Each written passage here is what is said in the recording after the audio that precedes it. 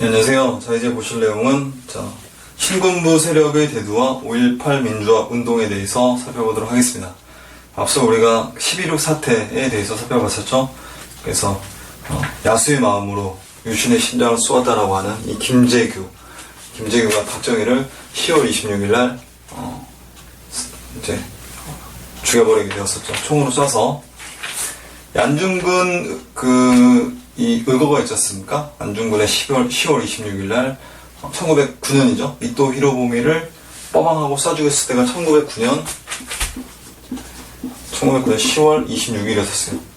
근데 정확히 1979년 10월 26일 날 박정희가 죽는 거죠. 정확히 70년 만에 자, 박정희와 이토 히로부미의 제삿날이 되었다. 참고적으로 이해하시면, 이런 식으로 이해하시면 좀 이해하기가 좀 쉽죠? 자, 어쨌든 그런데, 자, 이제 유신 체제가 박정희가 죽음으로 인해서 이제 붕괴가 되고 새로운 민주적인 헌법이 개정이 되면서 이제 민주화되는 그런 사회로 나아가야 되지 않습니까? 그래서 여러 정치인들, 그때 당시에 유력 정치인들 많았었어요. 김영삼이라든지 김대중, 김종필, 이런 사람들이 이제 서로 자기가 이제 대통령이 되겠다라는 그 민주화를 위해서 노력했었던 그 사람들이잖아요. 김종필 빼고. 김대중, 김영삼, 이 양김 세력이 굉장히, 강했었는데, 어쨌든 그들이, 새로운 어떤 그 정치 흐름으로, 이제 물줄기로 이제 등장하고 있었던 그런 상황이 있었는데,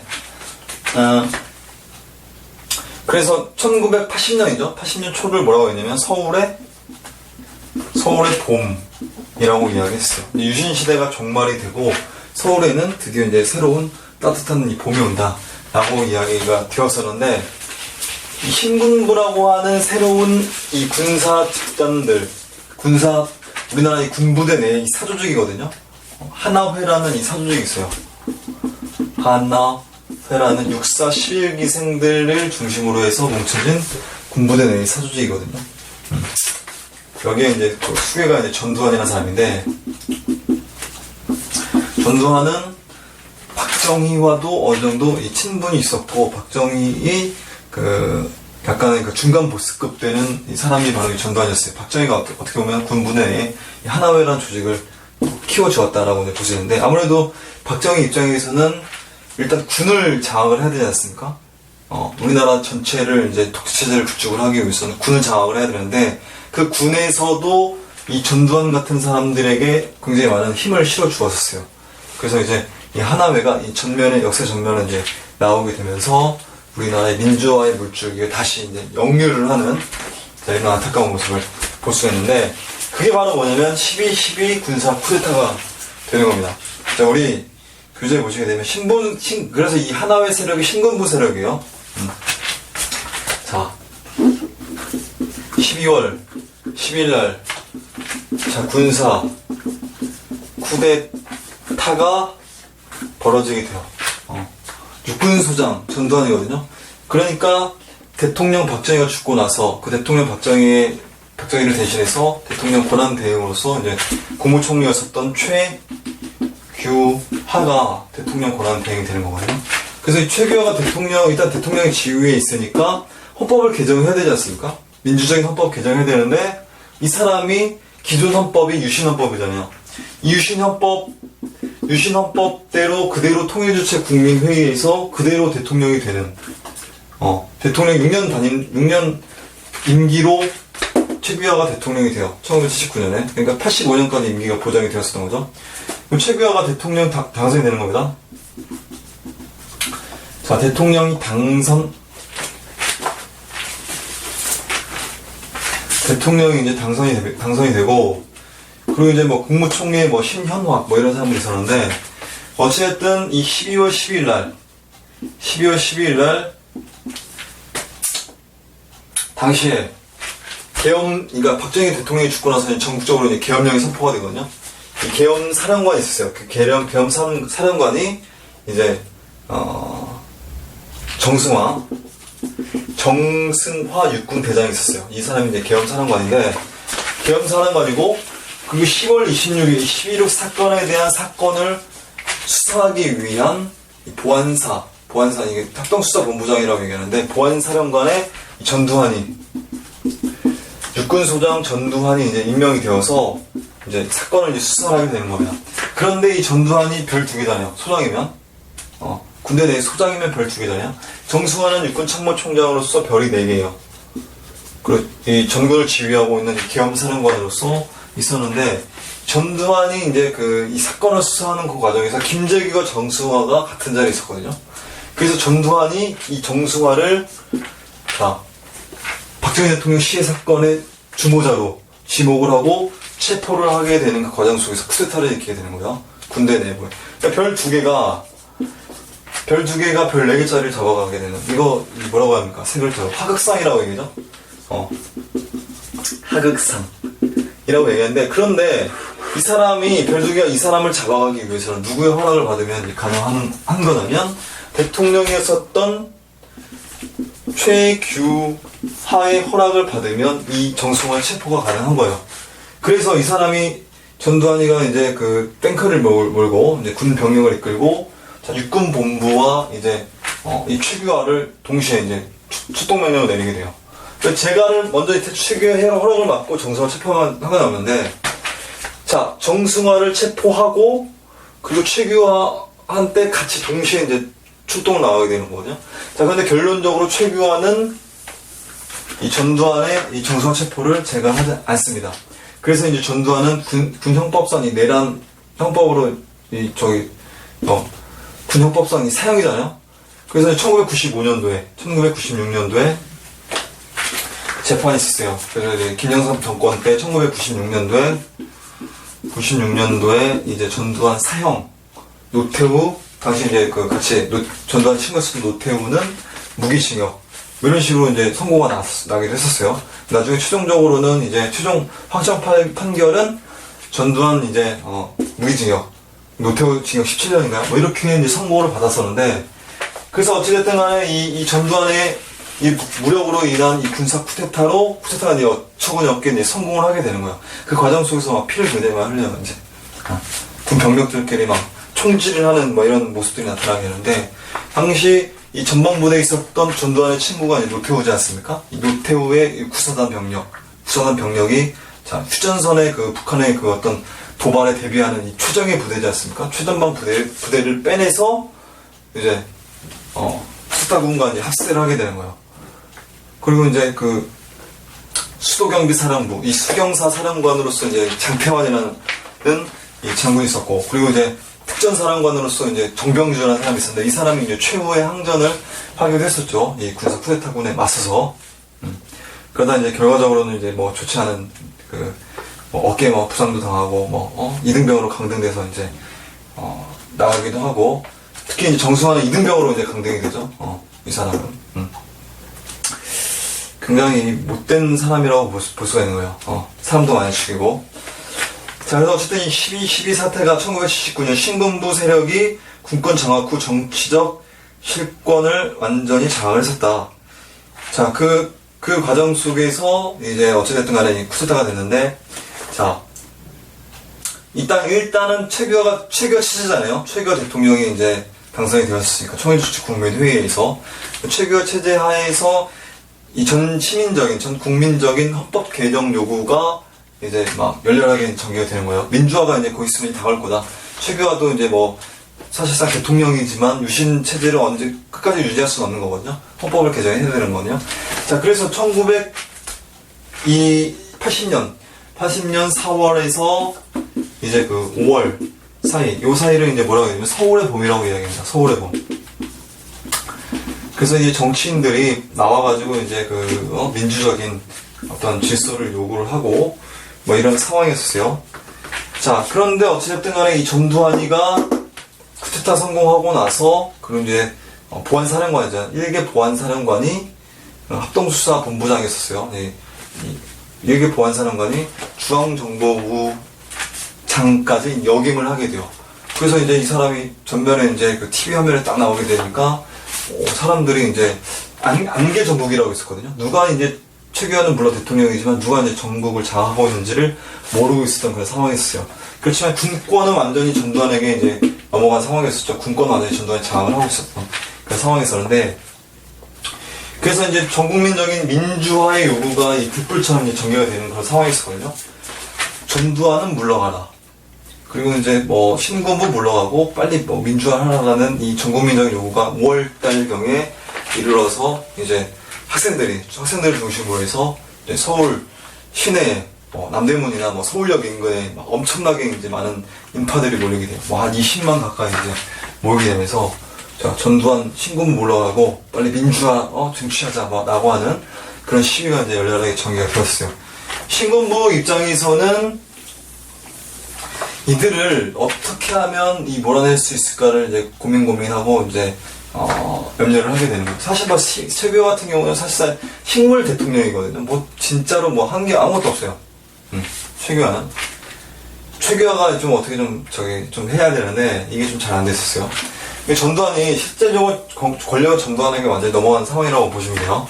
그런 상황에서 전두환이가 그리고 이제 5월 16일인가 5월 15일날 80년 5월 15일인가 서울역에서 대규모 집회가 있었는데 이제 서울역 회군이라고 얘기거든요. 서울역에서 이제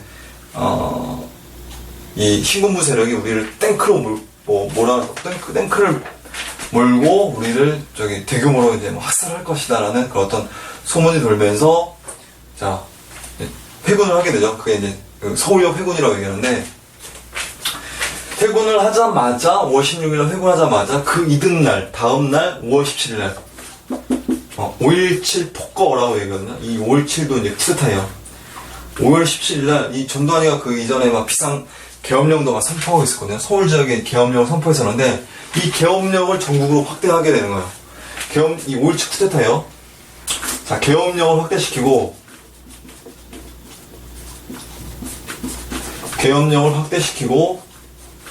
자, 이제 국회를 해산시켜버립니다. 국회를 해산시키고, 자, 그리고 정치인을 구금하고 체포를 하게 돼요. 자, 이 중에서 김대중이 있지 않습니까? 이 김대중을 내란 음모 혐의를 뒤집어 씌워가지고, 너희가 이제 뒤에서 이제 배후 조종하고 사죄했다라는 혐의를 뒤집어 씌워가지고, 자, 사형을 때리게 돼요, 나중에. 자, 그리고 이제 김영삼 같은 경우는 가택연금 하게 되고, 그리고 이제 김종필이라든지 이 공화당계 통해 이 정치인들은 부정축제 혐의를 뒤집어 씌워가지고 이제, 체포하게 되고. 자, 이런 사태가 이제 벌어졌었어요. 자, 완전히 대통령을 무시하고 전두환 세상이 되는 거죠. 자, 이 5.17 폭거, 그리고 대학교들이 휴교령을 내렸었거든요. 그런데 이 전두환이가 어디를 이제 습격을 하게 되냐면, 자, 광주를 이제 습격을 하게 되는 거예요. 광주를. 자, 그래서, 자, 김영삼은 지지 기반이 경남이지 않습니까? 경남, 거제도, 그쪽에 이제, 김영삼 고향이잖아요. 그리고 이제 전라도, 목포, 신안, 일대가 이제 전라남도 특히 이제, 전라도 일대가 이제 김대중이 지지 기반이 되죠. 지역적으로 구분했을 때. 자, 그렇게 되는데, 김영삼의 경상도 지역을 이제 군병력을 동원해서 이제 탄압을 할 수도 있었고, 그리고 또 이제 전라도 지역에 이 김대중을 지지하고 있는 그쪽 지역을 이제 군병력을 이제 파병을 해서 이제 시위를 진압할 수도 있었거든요. 어느 지역이든 간에 일단 중요한 건 뭐냐면, 뭐라고 하죠? 일단 본보기를 먼저 보여주는 거죠. 일단 다 이제 총을 쏴서 이제 진압할 수 없으니까 본보기로 해서 5월 18일 날 5.18 광주 학살이 이제 일어나게 되는 거예요. 자, 5.18 민주화운동. 자, 어디서 이제 열렬하게 전개되냐면, 자, 빛골이라고 얘기하는 광주에서, 민주화의 이 성지라고 얘기하는 지금 광주에서 5.18 광주 민주화운동이 열렬하게 전개됩니다. 용어는 굉장히 다양해요. 5.18 광주 민중항쟁, 민주화, 혁명, 이렇게 부를 수도 있죠. 어쨌든 이 5.18 민주화운동이라는 용어가 예전에 뭐 광주 사태 뭐 이런 이 민주화운동을 격하는 표현도 많이 썼는데 어쨌든 5.18 광주 민주화운동이 이때부터 열렬하게 전개가 돼요. 그래서 휴교령이 떨어졌는데 휴교령이 내린지도 모르고 아침에 이제 등교를 하지 않습니까? 5월 18일날 전남대학교, 광주의 전남대학교로 이제 등교를 한 학생들이 3, 4모로 모여가지고 이제 또 계속 늘 하듯이 신군부 물러가라, 뭐 민주화를 뭐 쟁취하자 뭐라고 하는 이 구호를 가지고 이제 시위를 하고 있었어요. 그때 이제 군병력 전두환이가 이제 공수부대를 파병을 해서 이제 몽둥이를 완전히 과격 진압을 이제 하게 되는 뭐 이런 모습이 나타나요. 과거 이제 부마 사태 있었지 않습니까? 부마 항쟁이라고 얘기하는 이 부마 항쟁 때도 몽둥이로 막 미친듯이 막 두들겨 팼었거든요. 박정희 정권 때. 자, 그런데 전두환도 마찬가지로 그거보다 더 심하게 두들겨 패게 되는 거예요. 몸에 막 피가 나고 머리가 막 깨지고 막 이런 막 사태가 이제 벌어졌어요. 그 광경을 목격한 학생들이 두들겨 맞는 이 광경을 목격한 시민들, 또 이제 중고등학생들, 뭐 이런 사람들이 막 들고 일어나서 막 시위가 막 걷잡을 수 없이 확산이 되는 거죠. 엄청난 규모로 이제 등장하게 돼요. 그래서 이제 뭐 버스 운전기사들도 있지 않습니까? 이제 경적 시위를 해서 신군부 물러가라, 전두환 물러가라라고 하는 데모를 격렬하게 전개를 하는 이런 모습이 나타났어요. 자, 그런데 이런 모습, 이렇게 되면서 5월 21일 날 전두환 신군부에 의해서 발표 명령이 내리게 돼요. 발포. 그래서 이때 사람들이 무차별적으로 이제 죽게 되는 거예요. 막 엄청난 사람들이 막 총으로 빵빵 쏘게 되니까 사람들이 막 쓰러지고 이거 죽었어요. 아무튼 이때 사람 굉장히 많이 죽었습니다. 죽고 나서 그럼에도 불구하고 이 시위가 굉장히 격렬해지다 보니까 일단 공수부대 병력들은 이제 철수를 했었어요. 광주를 이제 철수를 하고 그 틈 사이에 이제 그 광주에서 뭐가 조직이 되냐면 시민군이 무력쓰는 최초로 시민군대가 시민군이 조직이 돼요. 광주 시민군이 조직이 되는 겁니다. 이게 이제 중요한 핵심 포인트예요. 시험 문제의 핵심 포인트예요. 시민군. 4.19 혁명 때도 시민군이 조직이 되지 않았었어요.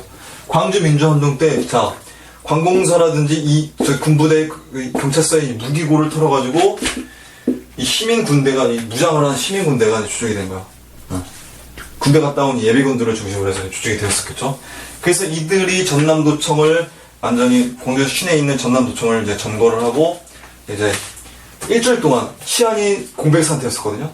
군 병력이 다 빠져나가고 이제 그때 5월 21일부터 5월 27일까지가 일주일 동안 이 기간 동안 광주 시내에 뭐라고 얘기하면 해방구라고 얘기합니다. 해방구. 이때 이 치안이 그렇게 이제 잘 유지가 되었었다고 해요. 절도라든지 강도라든지 이런 사건들이 하나도 없었고 굉장히 질서가 정연하게 이제 정부적인 어떤 체제가 나름대로 구축이 되고 있었다라는 걸 여러분 이해하시면 되겠습니다. 그래서 이제 굉장히 자랑스러운 민주화 운동이라는 거예요. 이 시민군이. 그래서 이렇게 이제 조직이 되고 있는 그런 상황이었었는데, 이때 MBC라든지 KBS 건물도, MBC 건물이 특히 이제 부탁이 되는데, 왜곡 보도를 하는 거죠. 광주를 완전히 딱 막아놓고, 철토같이 이제 계엄군이죠. 계엄군. 이 공수부대 병력들이 막아놓고, 언론을 완전히 다 통제를 해버리고, 광주에서 상황을 아무도 모르는 거예요. 광주에 우리가 가끔가다 TV에서 보지 않습니까? 광주 민주화운동에 대해서. 그게 이제 외신 보도에 의해서 그 화면들이 이제 나가는 건데, 어쨌든 이 시민군이 조직이 되면서 격렬하게 이제 대항을 하게 되는 거죠. 그리고 이제 최종적으로 이 계엄군, 공수부대가 5월 27일 날이죠. 5월 27일 날, 전남도청을 습격을 하게 되는 거예요. 전남도청. 습격. 이때 엄청났었어요. 사람 전남도청에서 처절한 전투가 벌어지게 되면서, 마지막에 끝내 이제 거기서 이제 전남도청에서 이제 자기가 죽을 줄 알고, 이제 목숨 걸고 항거했었던 윤상현이라는, 윤상현 열사라고 얘기하는, 이 사람이 굉장히 광주 민주화운동에서 굉장히 희생당했었던 사람으로 유명하죠. 이 사람을 추모하는 이 노래가 있어요. 뭐 임을 위한 행진곡이라는 노래가 있는데, 얼마 전에 박근혜 대통령을 중심으로 해서 내각의 주요 인사들이 광주에 망월동 국립묘지가 있거든요. 거기에 이제 그 민주 영령들을 위해서 이제 참배를 하러 갔는데 5.18 민주화 그 운동 당시 임을 위한 행진곡을 뭐 재창을 할 것이냐, 뭐 합창을 할 것이냐, 늘 둘러싸고 뭐 여러 논쟁이 있었죠. 자, 어쨌든 자 이렇게 해서 자 광주 민주화 운동이 진압이 되었었어요. 이들을 우리 그 못된 생각을 가지고 있는 사람들이 뭐라고 얘기합니까? 못된 생각을 가지고 있는 사람들이 광주 민주화 운동에서의 이 시민군들, 그 시민들, 뭐 학생들, 자 이런 사람들을 뭐라고 얘기하냐면 이 폭도라고 얘기하지 않습니까? 어처구니 없는 거죠, 폭도. 아니, 폭도는 전두환 신군부, 이들이 군사 반란을 한 군사 쿠데타를 일으킨 이 폭도지 않습니까? 어떻게 이 사람이 폭도가 될 수가 있는 거죠? 민주화, 이 사람들이 폭도가 아니라 이 사람들이 어떻게 보면 진압군인 거죠. 진압군. 폭도는 아닙니다. 폭도는 아니라 진압군이 되고, 누가 폭도가 되냐면 신군부. 이 사람들이 이제 폭도가 되는 거예요. 원래적인 개념으로 이제 해석을 했을 때. 그래서 이 진압군이 폭도를 타도하기 위해서 무기고를 탈취하고 하는 건 정정당당한 거죠. 그 무기고를 누가 탈취했습니까? 이 신군부가 무력으로 이 폭도들이 무력으로 정군에 있는 이 무기고를 탈취한 거지 않습니까? 폭도들에 의해서 탈취당한 무기고를 우리 국가의 주인인 이 시민이 다시 탈취를 한다는 거예요. 정정당당한 거잖아요. 그래서 어찌됐든 간에 이 진압군에 의해서 이 신군부들이 타도가 되어야 되는데 타도가 되지 못했어요. 어쨌든 그 힘의 차이에 의해서. 그래서 어찌됐든 간에 무자비한 광주 시민들의 이 항쟁, 민주화 운동, 이게 이제 어떻게 보면 우리 민주화의 하나의 기폭제 역할을 했었다라고 보시면 돼요. 그러니까, 자, 보세요. 80년 5월 18일이죠? 5.18 민주화 운동이죠? 5.18 민주화 운동이었었고, 그리고 이제 우리나라가 민주화가 된 게 87년이지 않습니까? 87년 지금 구창법 체제지 않습니까? 제육공화국 체제. 87년 6월 10일날 60항쟁 또는 6월 민주항쟁이라고 얘기했는데 6월 민주항쟁으로 인해서 우리나라가 헌법 개헌이 되면서 대통령을 직접 우리 손으로 드디어 이제 뽑게 되는 민주화가 이제 이루어지는 이런 모습을 볼 수 있는데, 어쨌든 그래서 이제 5월 18일 날에 80년에 있었던 이 아픔의 역사, 어떻게 보면 또 자랑스러운 역사, 이게 자랑스러운 역사예요. 유네스코 세계문화유산의 5.18 관련 기록물들이, 자, 그러니까 세계문화유산, 기록유산으로 지정이 되었었다는 것도 여러분들이 참고로 이해하시면 되겠습니다. 박정희 대통령 시절에 있었던 이 새마을 운동이지 않습니까? 이 새마을 운동도 이 세계문화유산에 등재가 되었었다라고도 이야기합니다. 한국적으로. 자, 그래서 이제 어쨌든 이렇게 되었다. 다음 페이지를 그래서 보도록 하겠습니다. 자, 이게 무력으로 진압이 되고 나서 5.18 민주화 운동 이후에 진압이 되고 나서 전두환 세력들, 신군부 세력들을 뭘 설치하냐면 국가 보위 비상 대책 위원회를 만들게 돼요. 줄여서 이제 국보위라고 얘기합니다. 국보위. 그러니까 박정희 대통령이 5.16 군사 쿠데타 이후에 설치한 국가재건 최고회의 있지 않습니까? 국가재건 최고회의와 비슷한 기능을 하는 기구라고 이제 보시면 돼요. 이 국가보위비상대책위원회를 설치를 하고 나서 여기에서 이제 주요 정책이라든지 어떤 헌법 개정이라든지 이런 여러 가지 사안들에 대해서 이제 논의를 하고 협의를 하는 그런 기구라고 이제 보시면 돼요. 자, 행정사법 등 전반에 걸친 주요 업무를 처리하고 실권을 장악한 상임위원장과 상임위원회 각 분과위원장의 현역 장성을 선임을 한다. 그래서 이제 군정을 이제 실시를 한다라고 이제 보시면 되는 거죠. 자, 사회 통제를 강화를 하고, 정치인의 활동을 통제를 하고, 공직자를 숙청을 하고, 언론을 통폐합을 합니다. 그 당시에 이제 TBC라는 이 방송국이 있었어요. 중앙일보 계열의 TBC라는 방송국이 언론 KBS와 이제 통폐합이 되면서 KBS 지금 이텔레비전 있지 않습니까? 그 이텔레비전이 과거에 이제 TBC 방송국이 있었다는 것도 참고적으로 이해하시면 되겠습니다. 지금 종합편성 채널 있지 않습니까? 거기에 이제 JTBC라고 있는데 JTBC가 과거에 이제 TBC 방송국이었다라고 이해하시면 되겠습니다. 그리고 각종 뭐 언론사들, 이 신문사들 있지 않습니까? 신문사들도 이제 통폐합이 되면서 언론을 이제 완전히 이 전두환 취재에 의해서 장악을 하게 되는 이런 모습을 볼 수 있어요. 자, 그 사회 통제를 강화한다. 정치인을 뭐 말씀드린 대로 비판적 기자를 해직시키고 삼청교육대를 운영했었습니다. 삼청교육대. 자, 이건 어처구니 없는 유권 유린의 그 삼청교육대. 말로는 뭐라고 얘기냐면 정의사회 구현을 내건다고 얘기해요. 정의로운 사회를 구현하기 위해서는 깡패라든지 뭐 불황아라든지 좀 이 범법자들 있지 않습니까? 뭐 이런 사람들, 뭐 소매치기 뭐 이런 사람들을 몽땅 이 군 부대 시설로 다 이제 그 수용을 해놓고 거기서 이제 무차별한 인권 유린의 그 행위를 이제 벌이는 것이 삼청교육대예요. 그 전국적으로 수만 명의 사람들이 뭐 길거리에서 오줌을 누는 죄로, 고등학생들도 끌고 갔었거든요. 학교에서 좀 껄렁껄렁 거린다는 죄로, 여자들도 끌고 갔어요.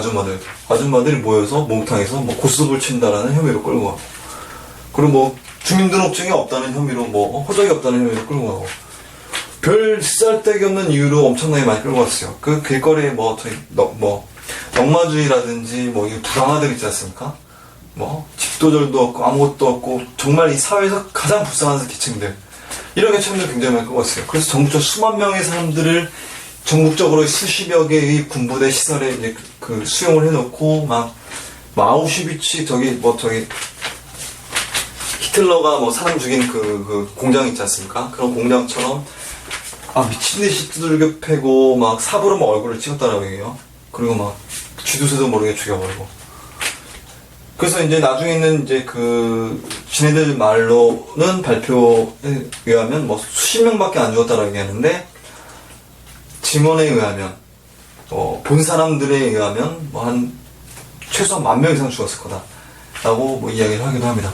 그러니까 주민등록증 없는 사람들 있지 않습니까? 가족이 없는 사람들, 이런 사람들 죽여도 모르는 거잖아요.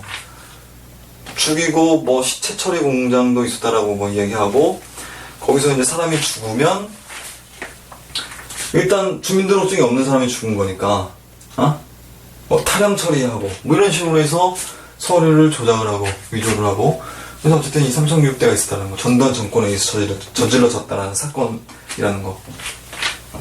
이게 전두환 때만 있었던 것도 아니죠. 박정희 때도 그 이전에도 고문해서 사람 죽이고 쥐두새도 모르게 김대중도 납치해서 일본에서 1973년도에 이제 죽이려고 했었지 않습니까? 유신반대 투쟁하다 김대중이 일본에 망명했었지 않습니까? 그리고 자기 측근이었었던 김영욱 이 중앙정보부장도 프랑스까지 이제 찾아가갖고 이제 납치를 해갖고 거기서 이제 또 죽여버리기도 하고, 그리고 정인숙 이라는 여인도 이제 피살되는 그런 사건도 있었고, 굉장히 박정희 정권 시절에, 전두환 정권 시절에 굉장히 독재체제에서 굉장히 많은 사람들이 희생을 당했었다 라는 걸 이해하시면 되겠습니다. 어쨌든 그리고 나서 제5공화국이 이제 출범을 하게 되는 거예요. 드디어 이제 제5공화국이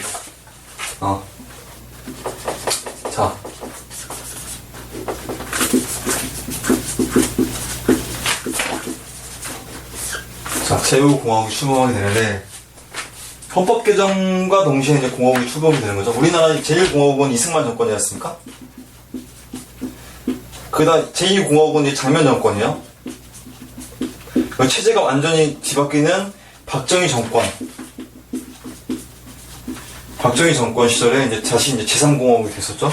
박정희가 또 이제 유신헌법을 제정하면서 이게 이제 제4공화국이 되는 거죠. 체제가 완전히 또 뒤바뀌어요. 헌법 개정과 동시에 국가 체제가 뒤바뀌었을 때 공화국이라는 표현을 쓰는데, 그래서 이제 제5공화국 전두환 시대를 그래서 우리는 50시대다, 5공화국 시대다라고 얘기합니다. 그리고 이제 노태우 전두환 다음에 이제 노태우가 등장하는데, 노태우 때에 헌법이 완전히 대통령 직선제가 되지 않습니까? 그러면서 제6공화국이 되는데, 지금 체제는, 지금 우리가 살고 있는 2013년 체제가 제6공화국 체제다. 라는 걸 여러분들이 참고적으로 이해하시고, 어쨌든, 자, 제5공화국이 자, 드디어 이제 등장을 하게 된다.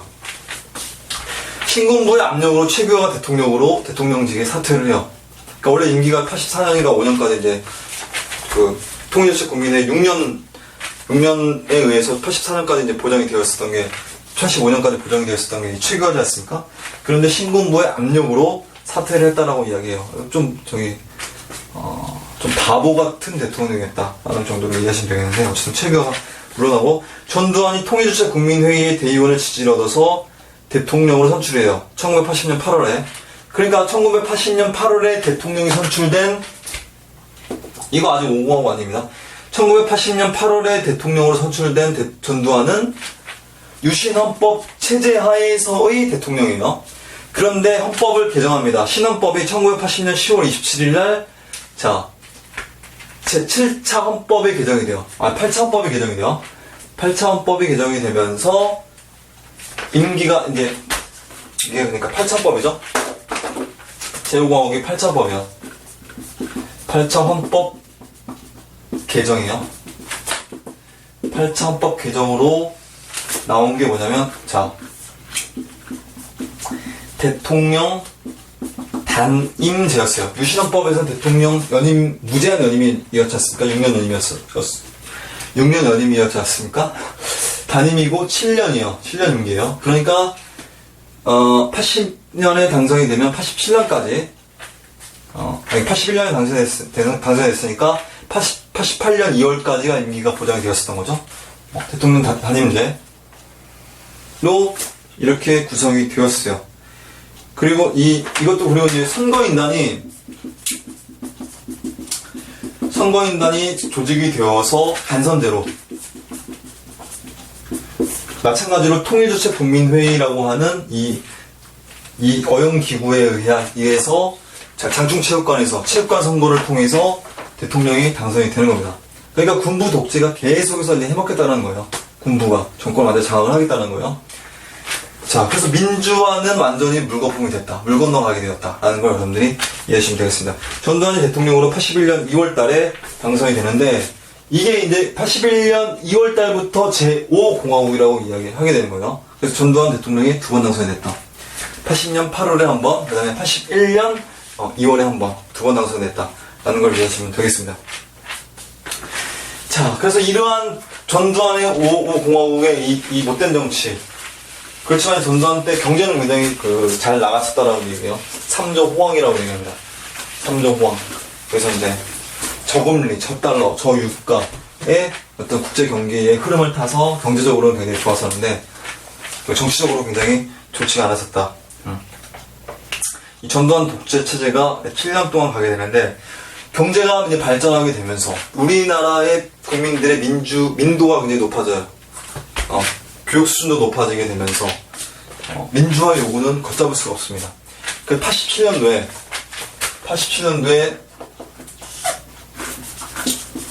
6월 민주화 항쟁이 전개가 돼요. 6월 민주화 항쟁이 전개되는데, 일단 이게 87년이에요. 1987년. 자, 1월 14일에 자, 박종철이라는 서울대학교 언어학과에 재학 중에 있었던 이 박종철이라는 이 학생이 자, 체포가 돼요. 갑자기 체포가 되어서 너희 그 서울대학교 학생회의 그 상부 조직의 어떤 특정 인물이 어디에 있는지 위치를 자, 밝혀라고 이제 치안본부죠? 치안본부 대공분실에 가서 무자비하게 이제 고문을 당하게 돼요. 박종철이. 고문. 그래서 물고문 끝에 1월 14일날 박종철이 사망을 하게 되는 겁니다. 어처구니없죠? 그래서 서울대학교 학생이 사망하게 되다 보니까 신문기사에는 이제 뭘로 나오게 되냐면 조작을 해서 나와요. 그러니까 책상을 탁 하고 쳤대요. 그러니까 억 하고 죽었대요. 그래서 이제 이게 말이 안 되는 얘기잖아요. 어떻게 타고 쳤는데 억하고 이렇게 심장마비로 죽습니까? 그런데 이게 뭐 중앙대학교나 아니면 뭐 저기 한양대학교인가요? 가가지고 여기저기서 의사들이 이제 부검을 하지 않습니까? 부검을 하게 되는 과정 속에서 이거는 폐 물이 차고 뭐 어쨌든 뭐 이래서 이거는 물고문으로 죽었을 가능성이 없다. 그래서 서울대학교에 가게 되면 이 박종철이 저기 물고문 당해서 죽은 게 이제 그 미술 작품으로 이렇게 형상화가 되고 박종철도 이제 동상도 이런 있는 그런 모습을 볼 수 있는데 어쨌든 이게 문제가 되어서 들불처럼 이제 그 서울에 있는 시민들 전국적으로 이제 민주화 요구가 걷잡을 수 없이 일어나게 되는 자 이런 모습을 볼 수가 있는 거예요. 그래서 6월 민주항쟁인데 자 민주항쟁의 일단 움직임을 먼저 보도록 하겠습니다. 민주화운동 추진, 민주화 추진협의회가 결성이 되고 광주 민주화운동의 진상규명과 책임자 처벌 요구하고 전국학생 총연합이 결성이 되면서 자 국회의원 선거에서도 자 정치활동을 재개한 정치인들이 대거 당선이 되었다. 신한민주당이 결성이 되어서 신민당이라고 얘기합니다. 줄여서 자 민주한국당이 몰락을 하고 야당 중심의 개헌운동이 시작이 되는 자, 이런 모습을 볼 수 있는데 그 과정에서 박종철 고문치사 사건이 발생했었어요. 그리고 87년이죠. 같은 해 87년 이거 잘 안 나와. 자, 같은 해 87년 4월 13일 날 4.13 호원 조치라고 얘기하거든요. 호원 조치. 전국적으로 민주화 요구가 있었는데 전두환은 자, 4월 13일 날 기존의 헌법을 수호하겠다. 헌법을 수호하겠다라는 이 호원 조치. 그러니까 5공화국 체제의 8.헌법을 그대로 지켜나가겠다는 얘기예요. 민주화 안 하겠다는 얘기예요. 이런 조치를 하게 되다 보니까 또 학생들 또 흥분을 아니 할 수가 없는 거죠. 그래서 6월 달에 이제 중심이 되어서 또 6월 달 날씨도 따뜻하고 대모가 딱 좋지 않습니까? 미친 듯이 이제 서울에서 이제 막 엄청나게 이제 들고 일어나게 되는 거야. 그 과정에서 6월 9일 날. 자, 6월 9일 날. 이때 또 이제 누가 어떤 열사가 등장했냐면 6월 9일 날 연세대학교 자, 학생이었던 자, 이한열. 자, 이한열이라는 학생이 자, 취루탄을 눈을 딱 맞고 이제 죽는 모습이 그 이한열의 열사를 이제 부축하고 있는 사진이 어떤 특정 기자의 사진에 찍히게 되면서 이게 자 그리고 이제 이한열이라는 사람이 취루탄 맞고 죽는 그 다음날 죽는 그렇게 되면서 6월 10일 날 서울에서 이제 엄청나게 있죠. 명동에서를 중심으로 해서 서울 시민들이 완전히 들고 일어나는 이런 사건이 발생했었어요. 그리고 이제 6월 항쟁이 이제 전국적으로 또 확산이 되면서 전두환 정권이 완전히 이제 그 바람 앞에 든 불처럼 위태위태하는 이런 상황이 발생이 됐어요. 자, 그렇게 되니까 6월 29일 날이죠. 도저히 이제 어쩔 수가 없게 되는 거야. 6월 29일 날 6.29 선언이 노태우에 의해서 발표가 되는 겁니다. 군사 쿠데타의 주범이죠. 공범이죠. 전두환과 함께 공범이죠. 노태우가 뭐라고 얘기했냐면 기자회견장에서 자기가 친구 전두환한테 건의를 하겠다라는 거예요. 민주화 요구를 자기가 건의를 하겠다는 거예요. 건의를 해서 만약에 안 되면 나 대통령 후보에 출마하지 않겠다. 기존의 4.13 호원 조치에 의해서 민주정의당 단독 후보로 노태우가 출마하기로 이미 예견이 되어 있었던 상황이었거든요. 그런데 이 사람이 민주화 요구를 해서 전두환에게 친구한테 요구해서 관철되지 않으면 나 대통령 출마하지 않겠다라는 이런 선언을 하게 되는 겁니다. 여기에 이제 우리 국민들이 이제 노태우에게 뿅 가는 그런 상황이 나타나게 되는 거죠. 그래서 노태우가 전두환한테 요구를 해서 책선제 개헌안을 전두환으로부터 노태우가 받아내게 되는 겁니다. 그러니까 민주화는 우리 시민들과 학생들이 다 했는데 그 민주화의 그 결정적인 공을 노태우가 가로채가는 이런 형국이 나타나게 되는 거죠. 그래서 그게 이제 짜고 치는 고스톱이었다라고 얘기해요. 서로 친구지 않습니까? 6상 11기 동기지 않습니까? 그래서 어쨌든 6.29 선언이 이제 나타나게 되면서 어찌됐든 간에 결과적으로는 5년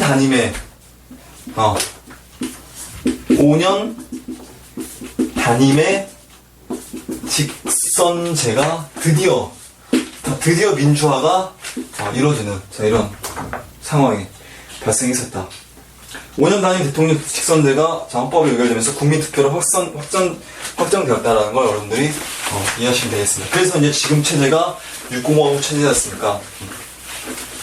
자, 87년도에 노태우가 대통령이 되었었고, 그리고 이제 92년도에, 그래서 이제 88년도부터 노태우가 대통령이 되었었죠.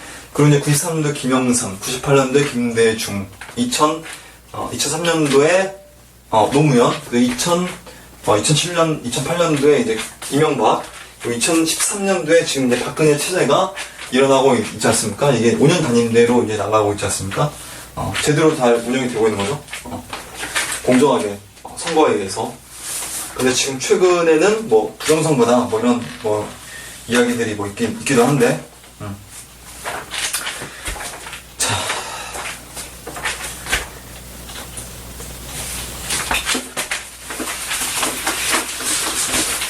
그 다음 페이지 보도록 하겠습니다. 자, 이제 보실 내용은 민주주의의 진전에 대해서 살펴보도록 하겠습니다.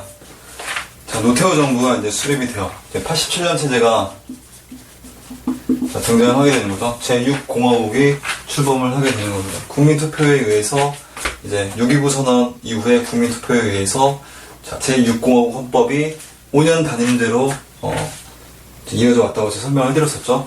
자, 그래서 이제 1987년도 이제 대통령 선거가 이루어졌어요. 그래서 이제 거기에서 누가 출마를 하게 되냐면 노태우랑 김대중하고 김영삼하고 김종필이 자, 이렇게 이제 출마를 했었어요. 그 기호 1번 노태우, 2번 김영삼, 3번 김대중, 4번 김종필 이렇게 되었었는데, 그래서 여기 이제 민주정의당이죠, 민정당이죠. 이 전신이 국가보위비상대책위원회예요. 국보위가 전신이 민정당. 그러니까 군부 독재의 후신이라고 보시면 되겠죠. 민정당에 있고, 여기는 이제 그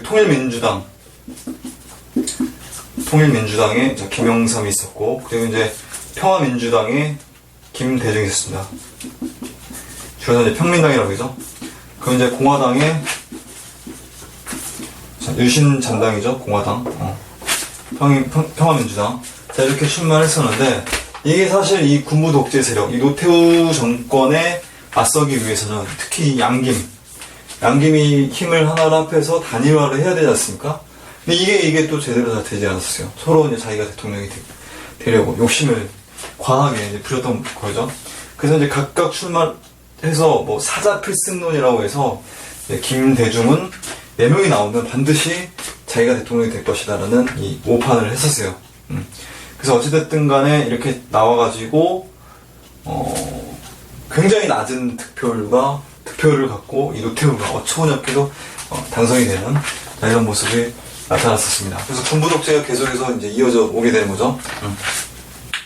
군사 세력이 되니까. 그래서 대통령이 당선이 되는데, 이게 이제 짜고 치는 고스톱이었죠. 전두환하고. 그 6.29 선언을 통해서 노태우가 어느 정도 민심에 인기를 얻고, 그 인기를 바탕으로 해서 대통령에 당선이 되는 겁니다. 뭐 칼기 폭파 사건 뭐 이런 것도 있었어요. 대통령 선거 하루 전날인가? 그게 갑자기 그 사건에 연루되었던 김현희라는 사람이 칼기 858기인가? 그 858기를 폭파시켜가지고 수백 명의 우리 국민들이 죽게 되거든요. 그게 이제 북한이 저지른 혐의로 이제 지금 밝혀졌는데, 아무래도 북한과 관계된 그런 사건들에 있어서는 아무래도 여당에 좀 더 유리한, 아무래도 정권을 자꾸 바꾸면 국내가 혼란스러워지고 북한에서도 자꾸 쳐들어오게 되니까 심리적으로 기존에 지키고 있었던 우리 정부를 그대로 이제 유지해 나가고자 하는 국민들의 어떤 심리를 이용을 한 거라고도 볼 수가 있는데, 어쨌든 기획 입국이었다라는 그런 어떤 평가를 받기도 하는 칼기 사건 뭐 이런 것도 있었다는 것도 참고적으로 이해하시면 되겠습니다. 그런데 중요한 건 뭐냐면, 노태우 정권이잖아요. 별명이 이제 물태우예요. 물태우인데, 이 노태우 정권 하에서 88 서울 올림픽도 있었고, 북방 외교도 있었고, 여러 가지 뭐 가시적인 성과가 있기도 했었습니다. 제6공화국인데, 일단 국회의원 선거를 88년도에 했었는데, 여소야대 전국이었어요. 문제는 뭐냐면, 이게 이제 문제였었죠. 여소야대. 아무래도 정부 차원에서 국정을 원활하게 운영을 하기 위해서는 여당이 아무래도 그 국회의원 선거에서 압승을 하고, 그러니까 여대 야소 정국이 되어야만이 저 대통령이 국정 운영하는데 어느 정도 유리하지 않습니까? 근데 여소야대의 상황이었어요. 그래서 이 여소야대의 국회에서 이제 국회 청문회도 이제 열리게 됐었거든요. 50 시대 때 50의 잔재를 이제 청산하고자 국회 청문회가 이제 그 국회의원들의 이제 발의에서 일어났어요. 그래서 전두환이 이제 증인으로 참석을 하고, 그 과정에서 이제 광주 민주화 운동과 관련해서 여러 가지 이제 질의응답도 하고 사건의 진상을 조사하고 뭐 삼천교육대 사건도 뭐 이런 것도 있었고, 그 과정에서 어찌됐든 간에 정말 진실이 규명되는 그런 하나의 기회가 되기도 했었다는 것도 참고적으로 이해하시면 되겠습니다. 이때 등장한 사람이 이제 노무현이라는 사람이 이제 국회의원 명패를 집어던지면서 이략 청문회 스타로 떠오르게 됐었죠. 그 노무현이 이제 뭐가 됩니까? 나중에 2002년도에 대통령이 당선이 되면서 대통령이 되기도 했었죠. 자, 여소야대 정국이었었는데, 그래서 여당이 정치적 어려움을 당하자 3당 합당을 감행을 합니다. 이게 무슨 얘기냐면 3당 합당이에요. 자꾸 이게 잘 안 나올까? 3당 합당인데, 일단 여당은 민정당이죠.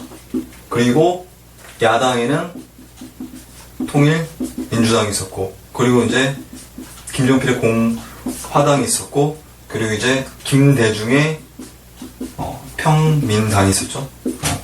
있었는데 이렇게 이제 합치게 되는 거예요. 이게 3당 합당이에요.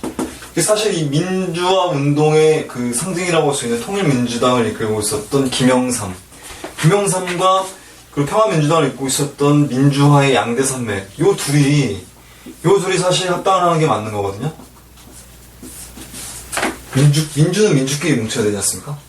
그런데 이 통일민주당이 이 군부 독재 세력과 이렇게 그리고 이제 공화당, 유신잔당 세력과 이렇게 이제 합당을 해버리게 되는 거예요. 요게 이제 무산이 되고, 이렇게 합당이 되는 거예요. 요게 이제 굉장히 비판을 많이 받았었죠. 요게 이제 이 통일민주당 소속이었어요. 당시 이제 그 노무현이는 통일민주당 소속이었었거든요. 김영삼 하에 있었어요. 김영삼 하에 민주당이 이제 소속 의원으로 있었는데, 여기 이제 그 김영삼이 격분을 하고, 나 여기 합류 안 하겠습니다 하고 따로 나와가지고, 이 꼬마 민주당이라는 미니 정당 하나 만들어서, 거기서 이제 부산에서도 또 연이어 국회의원 선거하면서 이제 하기도 하는데, 계속해서 떨어지죠.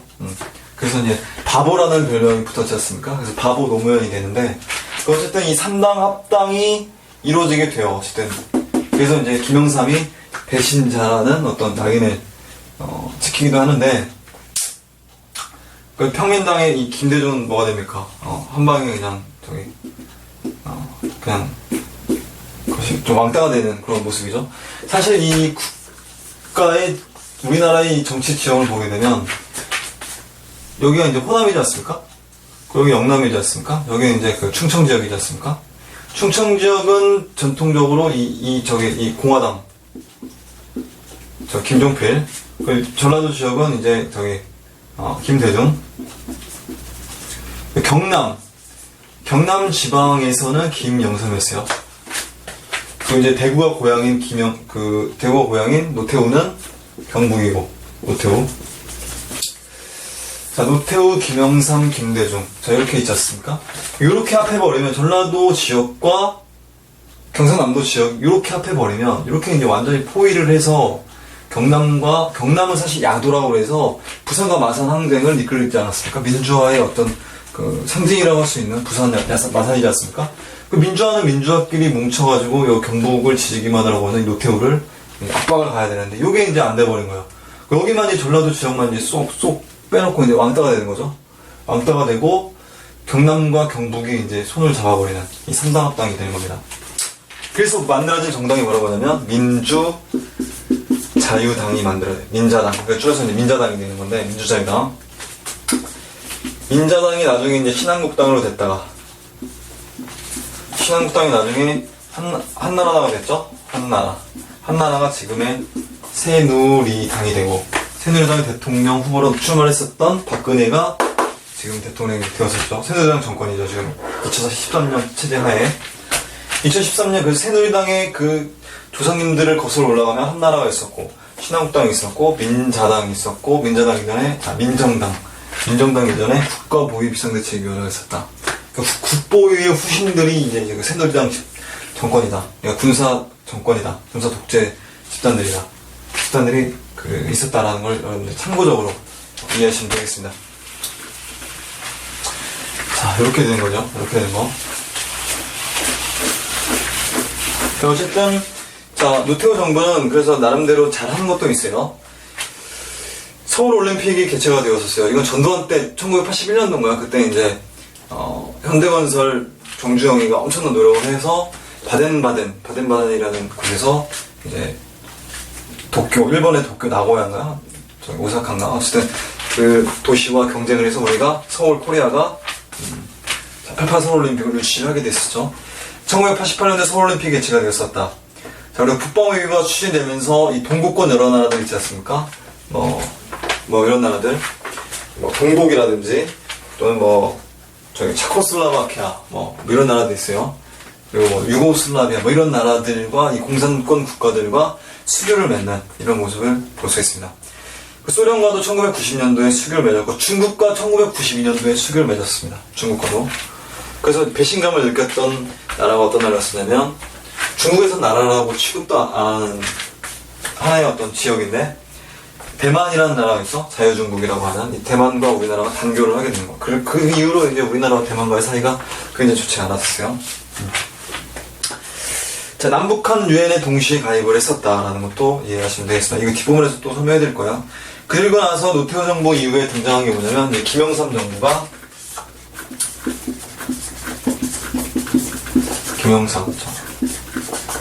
서울대학교 철학과를 졸업한 김영삼 대통령이 되겠습니다.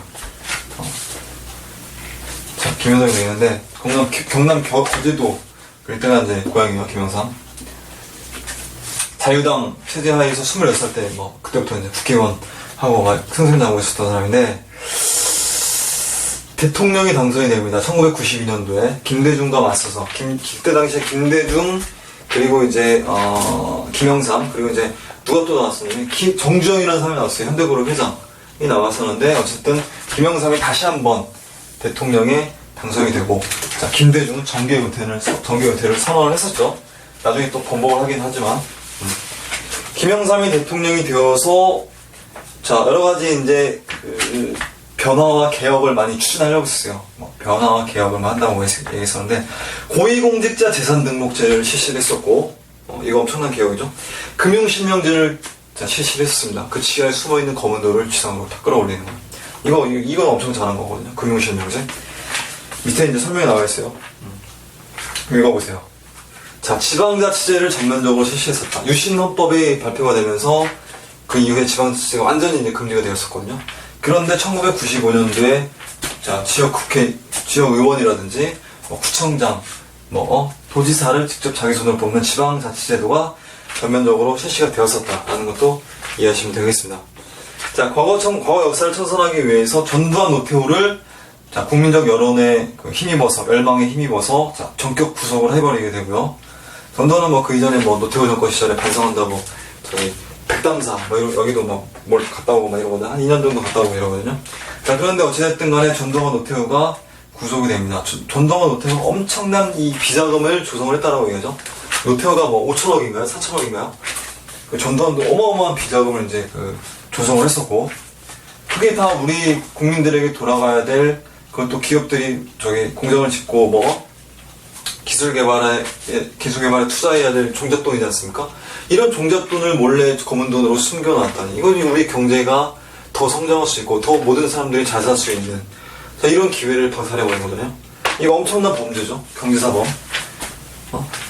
이걸로 인해서 우리 경제가 엄청난 피해를 보는 거잖아요. 어떻게 보면.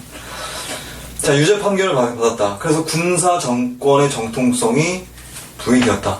성공한 쿠데타도 처벌할 수 있다라는 이제 법적인 논리가, 법적인 사례가, 판례가 이제 적용이 되는 거죠. 아니, 범죄를 저질렀는데 그게 성공했다고 해서 처벌 안 하면 안 되는 겁니까? 처벌 안 하면 되는 겁니까? 안 되는 거잖아요. 범죄를 저질렀으면 성공하든 성공을 안 하든 간에 처벌해야 되는 게 맞는 거죠.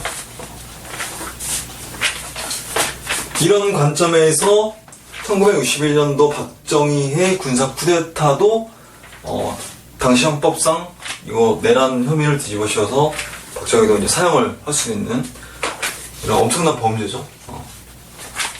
유신 쿠데타도 마찬가지고. 자, 그래서 이제 유죄 판결을 받았었다. 자, 전두환이가 사형이 됐었거든요. 마지막에 이제 최종 확정 판결로 이제 무기징역으로 이제 좀 떨어졌는데, 요걸 누가 구해주냐면 김영삼과 김대중이 구해줘요. 김대중이 98년도에 대통령 되거든요. 대통령 인수위 시절에 김영삼에게 건의를 해요. 야, 우리 저기 대승적 차원에서 역사와 화해를 하는 차원에서 원수지만, 우리 민주화의 원수지만 사면을 시켜주자. 그래서 전격적으로 전두환을 풀어주게 되는 겁니다. 이게 참 어처구니없는 거죠. 무전유죄, 유전무죄라는 그 말이 있지 않습니까?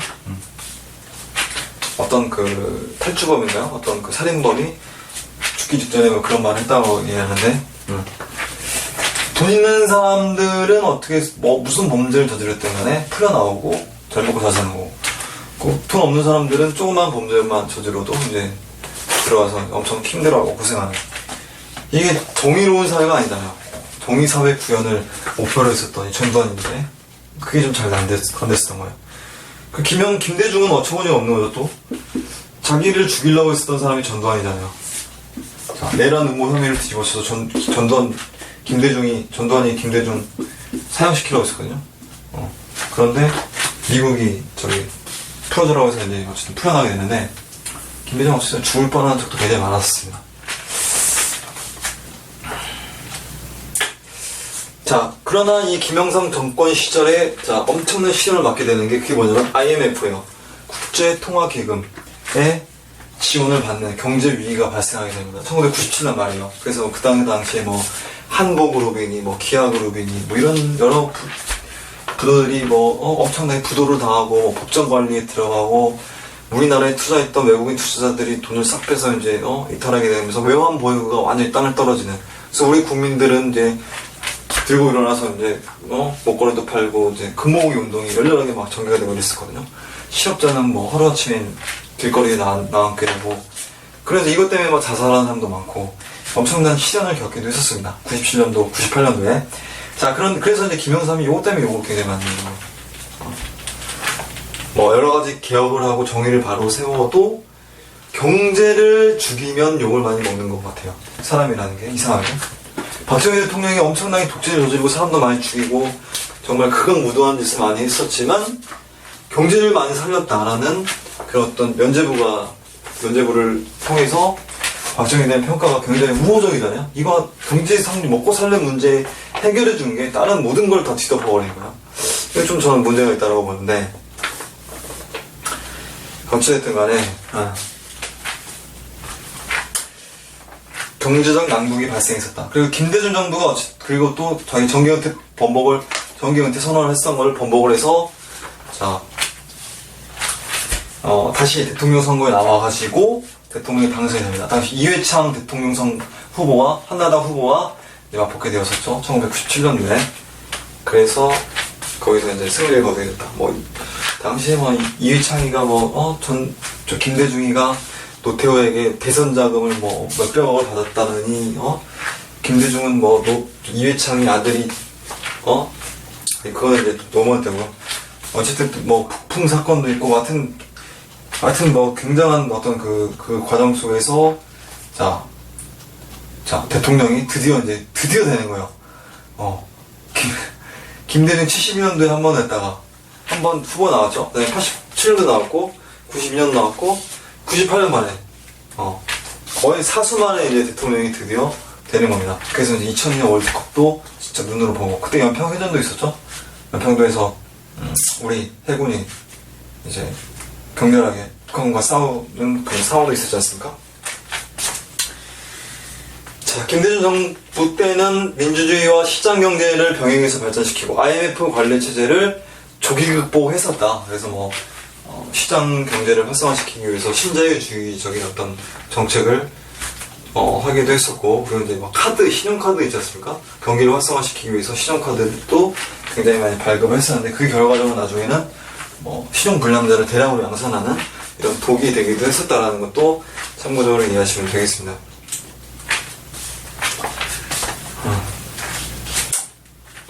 자, 김대중 정부는 그래서 어쨌든 IMF 관리를 조기 극복했었다는데, 중요한 핵심 포인트는 뭐냐면, 남북관계 개선을 위한 노력을 했었다라는 거. 여기서 이제,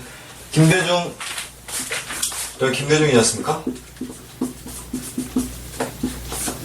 그래서, 뭐라고 얘기하냐면, 핵 정책이라고 해요. 햇볕 정책. 우리가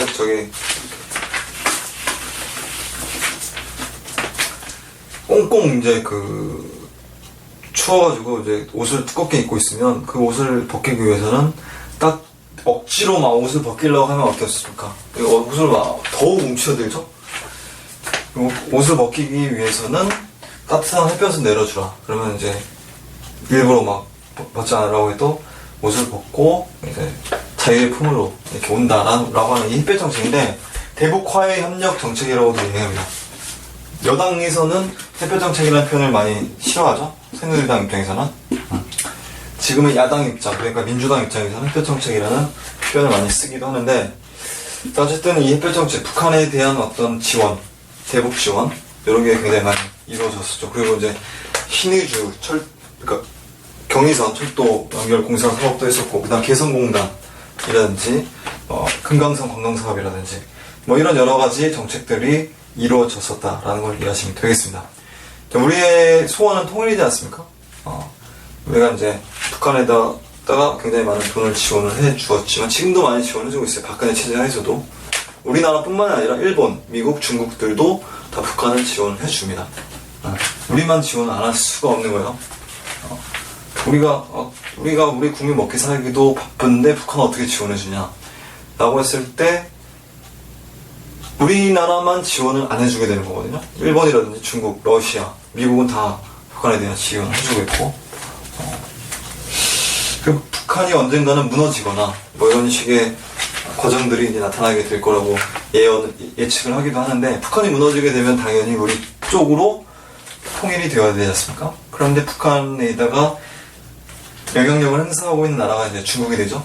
중국이 이제 압록강변 인근에 군사 병력만 이제 몇 개 사단을 이제 배치시켜 놓았다고 하는데, 여차하면 북한을 접수하겠다라는 어떤 의혹을 받기도 하는 그런 상황인데, 어쨌든 북한이 무너지면 우리가 어쨌든 간에 흡수를 하든 간에 평화적으로 통일하든 간에, 자, 우리가 관리를 해야 된 우리의 영토다. 우리나라 헌법전문에 이런 내용이 나왔지 않습니까? 우리나라 영토 조항에 우리나라의 영토는 한반도 및 그 외 부속도서로 정한다라고 명확하게 표기가 되어 있다는 것도 여러분들이 이해하셨으면 좋겠습니다. 자, 남북정상회담이 2000년도 6월 15일 날 개최가 되었어요. 자, 김구한, 김규식, 그리고 김일성, 김두봉이 만났었던 이 남북재정당 사회단체 연석회의가 1948년 4월달에 있었지 않습니까? 그로부터 약 52년 만에 남북의 정상들이 직접 만나게 된 거예요. 2000년도 6월 15일 날 6.15 남북 공동선언이라고 얘기했는데, 그때 거기에서 우리 민족의 통일은 우리 민족 스스로 결정하자. 경제적인 지원도 하고, 여러 가지 경제 교류 협력도 하고, 군사적인 어떤 그 위협도 좀 감축시키자. 그리고 또 가장 핵심 포인트가 뭐냐면, 남한에서의 연합제 제안과 북한의 연방제 제안이 서로 간에 공통점이 있다는 것을 인정하고, 그 인정하는 방향으로 통일 문제를 해결해 나가려고 노력을 하자라고 하는 내용이 주요 핵심 포인트가 되겠습니다. 그래서 북한에서는 자, 1민족 1국가 2체제 이 정도를 이야기하거든요. 우리 남한에서는 1민족 2국가 2체제 이 정도를 이야기하게 되는 거고, 그래서 그 체제가 어느 정도 좀 유사하다. 그래서 그런 유사한 방향으로 통일 문제는 앞으로 더욱더 조속하게 해결해 나갈 수 있도록 노력을 하자라고 하는 그런 내용을 발표를 하기도 했었다라는 걸 이해하시면 되겠습니다. 그게 6.15 남북 공동 선언에서 채택이 되었었어요. 자, 그리고 그 밑에 이제 개헌 이렇게 나와있지 않습니까? 1차, 2차, 3차, 4차, 5차, 6차, 7차, 8차, 9차, 9차까지 제가 다 설명을 해드렸었어요. 여러분들이 요 설명해드린 거를 정리해서 이 표를 보고 이제 외우시면 되는데, 제가 간단하게 언급해드릴게요. 제헌헌법이 48년 7월 17일 날 제헌절이죠. 대통령 간선제와 국회 단원제죠. 그리고 1차 개헌이 52년 7월 달에 부산 정치 파동이 있음으로 인해서, 자, 국회의원들을 이제 납치를 해가고, 그리고 이제 대통령을 이승만이 이제 간선제에서 직선제로 바뀌죠. 국회 양원제를 골자로 하는, 그래서 뭐라고 합니까? 발췌 개헌이라고 한다라고 설명해드렸었죠. 그리고 2차 개헌이 54년 11월 달에, 자, 대통령 중임 제안을 철폐하게 되는 거예요. 초대 대통령에 한해서 계속해서 대통령을 한다. 이게 2차 개헌이 되겠습니다. 요게 이제, 135표를 이제 4.4.5 개헌으로 해서 통과를 시키는 이승만의 삼선이 허용이 되기도 했었죠. 자, 이승만이 물러나고 나서 허정 과도 내각에 의해서 3차 개헌이 있었다. 그래서 의원 내각제로 인해서 대통령은 이제 윤보선이 됐는데 장면 국무총리가 이제 국가의 전체적인 행정 내부를 책임지는 의원 내각제가 이루어졌었다. 자, 민주당 정권이 출범하고 사회부의 영향을 받았다. 그래서 장면 내각이 그리고 또 한 번 개헌을 해요. 그러니까 이거 무슨 내용이냐면 소급 특별법이에요. 3.15 부정선거 있지 않습니까? 1960년 4.19 혁명이 일어나기 전에 3.15 부정선거에 한국에서 일어난 혁명이지 않습니까? 그 3.15 부정선거와 관련된 자들을 처벌하기 위한 헌법 개정이었다라고 보시면 되겠습니다. 4차 개헌 장면 내각 때. 박정희가 쿠데타를 일으키고 나서 대통령의 권한을 강화하는, 자, 그리고 국회 단원제를 이야기하는 대통령 직선제로 개헌을 하기도 했었다. 자, 5.16 군사정변 이후에 공화당 정권이 수립이 되고 소급 입법을 적용을 해서, 그러니까 지금 현재 법이 없기 때문에 처벌할 수 없는데 그때 벌어졌던 그 범죄적 행위에 대해서 소급을 해서 지금 법을 만들어 그걸 소급을 해서 처벌하겠다는 거예요. 소급 입법이에요. 정치활동 정화법을 그래서 만든다. 자, 그리고 이제 그래서 깡패라든지 이런 사람들 있지 않습니까? 이런 사람들 다 잡아들이고 사형시키고 이정재, 임화수 이런 깡패들이 있어요. 자, 그리고 이제 대통령 직선제를 골자로 하는 제가 이제 2번까지 해먹었지 않습니까? 4년 중임제 체제에서 2번 해먹었지 않습니까? 1963년도에 한 번, 67년도에 한 번 당선됐었잖아요. 그런데 박정희는 또 나오고 싶은 거예요. 71년도에 또 나오고 싶은 거예요. 그래서 69년도에 개헌을 하게 되는 게 바로 6차 개헌이다. 대통령이 3선을 허용한다. 그 7차 개헌이 1972년도에 이게 유신 헌법 쿠데타라고 말씀드렸었죠. 대통령 권한을 강화하고 3권 안에 장악을 하게 되는 거예요. 대통령 종신 집권이 가능하게 한 대통령 간선제다. 통일주체 국민회의에 의해서 장주체육관, 이 체육관 선거라고 하기는 체육관에서 거의 99.9%로 이제 당선되는 이런 말도 안 되는 상황이 벌어졌다. 전두환 정부에 의해서 이제 또 군사독재 체제가 이어져 오는데 7년 단임 대통령 간선제다. 이것도 마찬가지로 선거인단의 간접선거다. 국가보위 비상대책위원회가 추진해서 신군부가 그래서 또 전두환에 의해서 집권되었었다. 노태우 정부 때는 그래서 87년도 10월 달에 마지막 헌법 개헌이 이루어지게 됩니다. 이게 바로 이제 지금 헌법 체제인 9차 개헌인데 5년 단임의 대통령 직선제예요. 그리고 기본권 보장이 강화되고 6월 민주항쟁과 여당과 6월 민주항쟁의 과정에서 이제 이루어졌었고요. 여당과 야당이 합의하여 개헌이 이루어졌었다라는 걸 여러분들이 이해하시면 되겠습니다.